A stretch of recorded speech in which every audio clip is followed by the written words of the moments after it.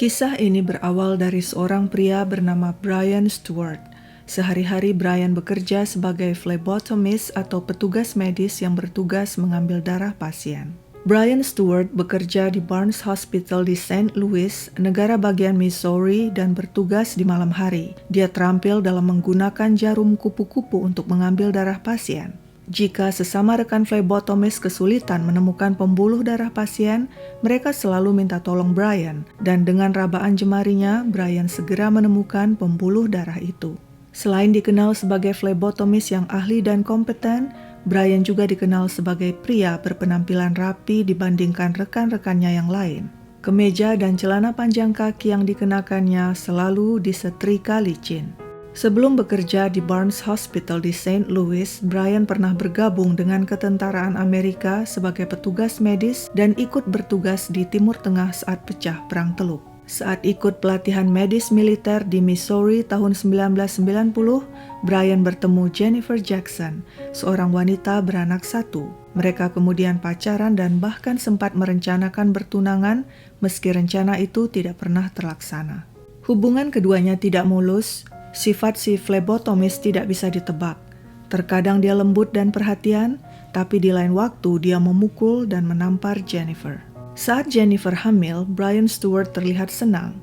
Sebelum pria itu berangkat bertugas ke Timur Tengah, dia dan Jennifer sepakat anak mereka nantinya akan diberi nama belakang Stewart seperti nama Brian.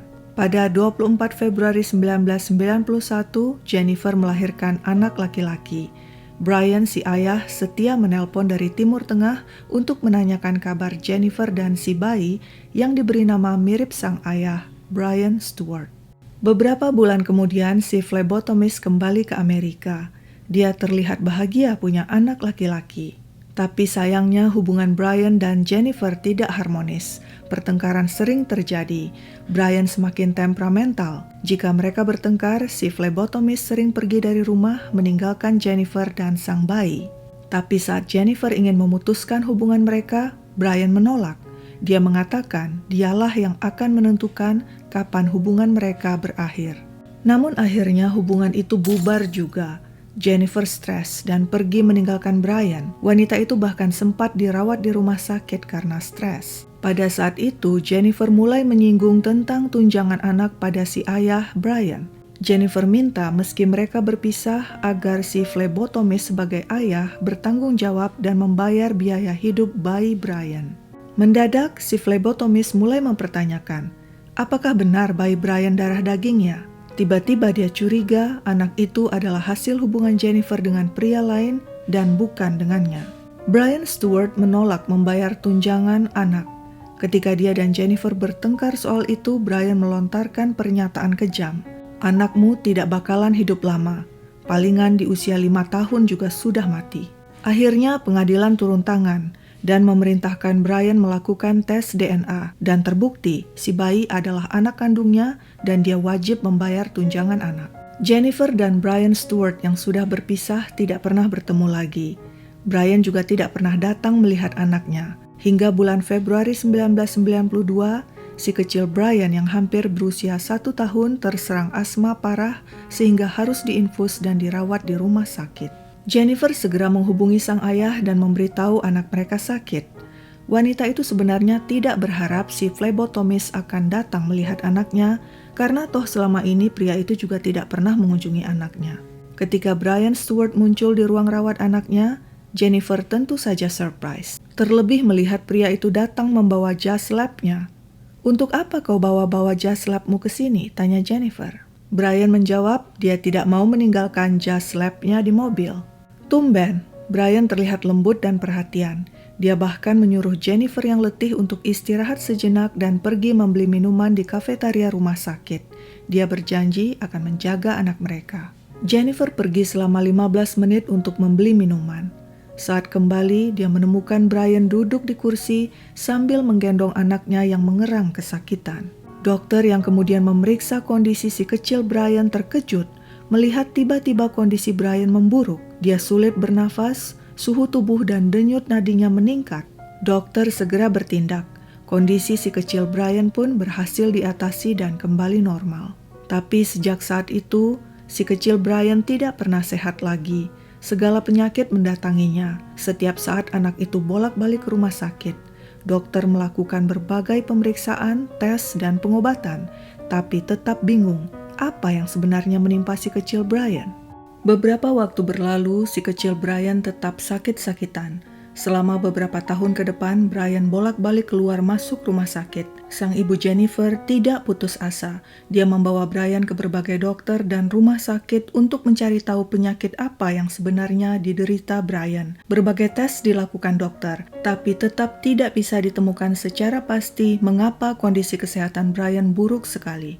Hingga Brian berusia 5 tahun pada tahun 96, setelah kembali dilakukan bermacam tes pada Brian, pada suatu malam, dokter anak yang menangani Brian terbangun karena mimpi buruk tentang penyakit Brian, dan dari sinilah semuanya mulai terbongkar. Karena mimpinya itu, keesokan hari si dokter segera meminta petugas medis untuk melakukan tes deteksi HIV pada sampel darah Brian. Saat hasil tes keluar, semuanya terkejut. Brian didiagnosa menderita AIDS yang merupakan fase atau tahapan tertinggi dari infeksi HIV. Bagaimana Brian bisa terinfeksi virus HIV? Brian terlahir sehat dari ibu yang juga sehat. Selama ini Brian juga tidak pernah mendapatkan transfusi darah. Hal ini jadi teka-teki yang membingungkan. Dokter memperkirakan dengan kondisi virus yang menggerogoti tubuhnya, hidup Brian hanya tinggal 5 bulan lagi. Meski demikian, dokter tetap bekerja maksimal dan memberikan pengobatan terbaik untuk si kecil Brian. Ada hari-hari baik, ada juga hari-hari buruk. Terkadang Brian merasa sehat, tapi mendadak terserang infeksi yang mengancam hidupnya hingga dia harus dirawat di rumah sakit. Setiap saat kondisi Brian naik turun seperti roller coaster, tapi dokter tidak putus asa dan tetap memonitor kondisi Brian. Lever Brian bengkak. Dia juga mengalami infeksi telinga. Kuku-kukunya ditumbuhi jamur. Brian harus menelan 23 jenis obat. Sistem kekebalan tubuhnya soak akibat virus mematikan. Brian sempat koma 2 kali dan ibunya bahkan sudah mempersiapkan pakaian Brian jika tiba saatnya anak itu dimakamkan. Meski sakit-sakitan, si kecil Brian tetap optimis.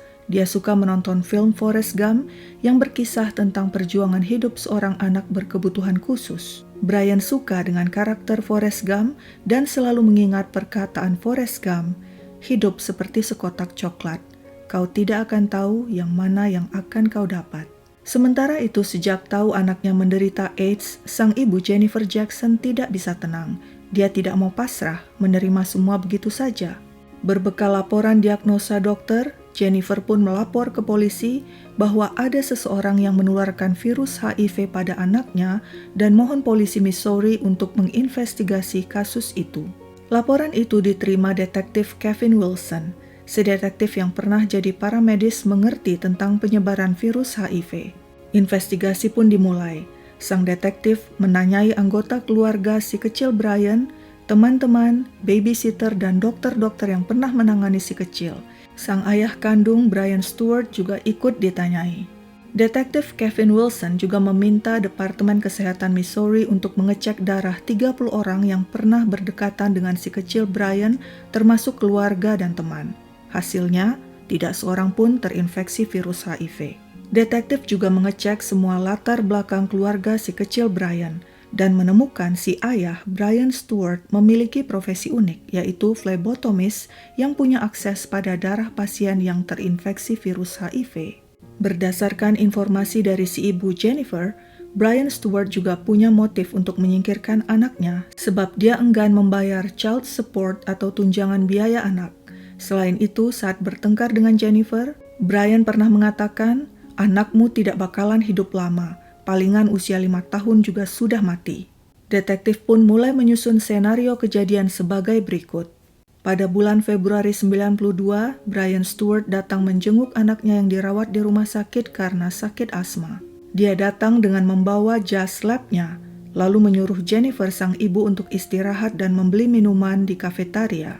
Nah, menurut senario detektif Kevin Wilson, waktu Jennifer pergi inilah Brian kemudian mengambil jarum suntik kupu-kupu dan tabung kecil berisi darah yang sudah terinfeksi virus HIV dari kantong jas lab.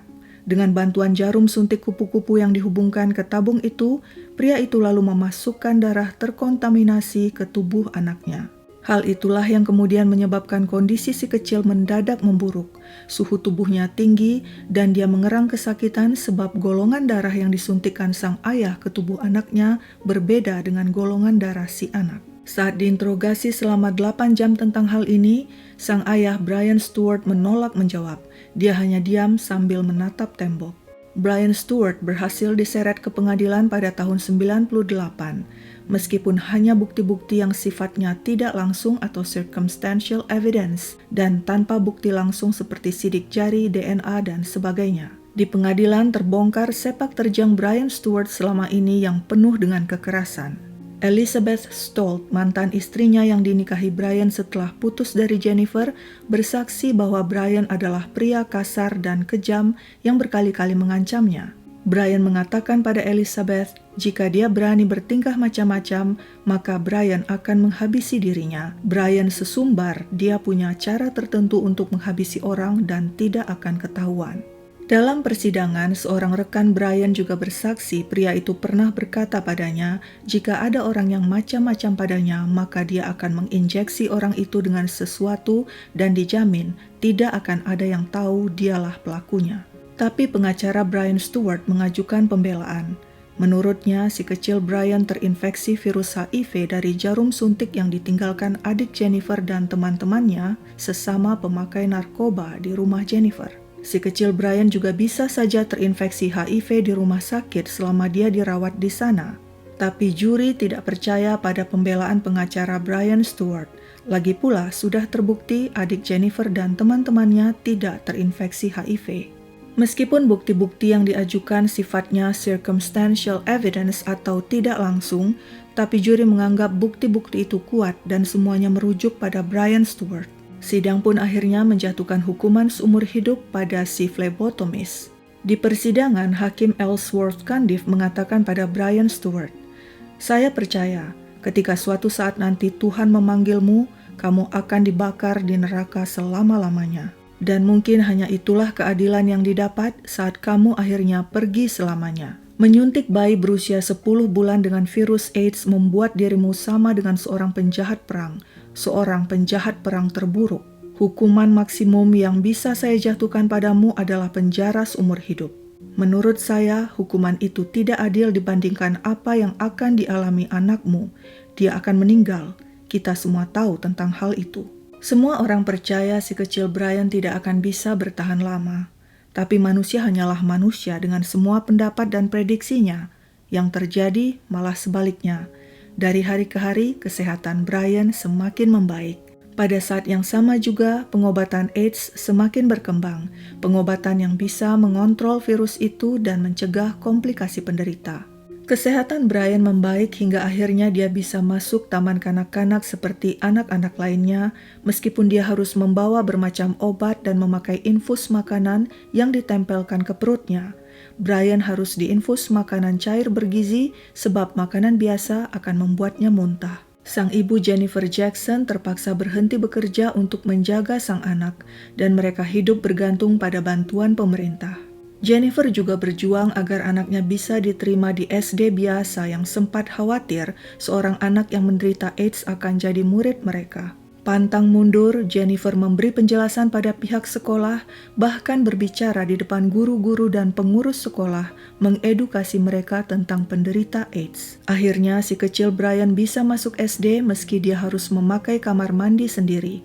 Akibat efek samping obat-obatan, Brian kehilangan kemampuan mendengar sebesar 80% sehingga harus memakai alat bantu pendengaran. Brian tidak bisa ikut olahraga di sekolah dan sempat juga dibuli murid-murid lain dan dipanggil AIDS boy atau anak AIDS. Karena trauma pada ayahnya yang ingin membunuhnya, Brian ingin mengganti namanya yang mirip dengan nama ayahnya.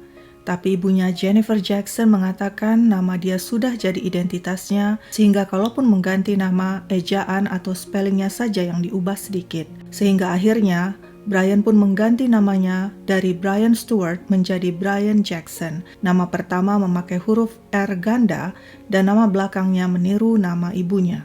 Kondisi Brian terkadang memburuk. Dia absen sepanjang kelas 9 karena virus yang menyerang tubuhnya makin menjadi-jadi. Yang bisa dilakukannya hanya tidur 20 jam sehari karena kondisinya lemah. Orang-orang berpikir Brian akan meninggal tidak lama lagi. Terkadang Brian juga menganggap akan lebih baik kalau dia mati saja. Tapi lagi-lagi, seperti apa yang dikatakan Forrest Gump, hidup seperti sekotak coklat. Kau tidak akan tahu mana yang akan kau dapat. Brian pun tidak tahu. Ternyata dari tahun ke tahun dia terus hidup, bahkan bertambah sehat. Selulus SMA dia bahkan mulai dikenal orang karena banyak mendapat undangan dari stasiun TV dan acara-acara charity untuk berbicara tentang pengalamannya. Brian pun berkembang menjadi motivational speaker atau seorang motivator yang tampil di berbagai acara. Dia berbagi pahit getir pengalamannya diracun ayah sendiri dengan virus HIV dan perjuangannya untuk bertahan hidup. Brian berkenalan dengan para selebriti seperti Alicia Keys dan Samuel L. Jackson.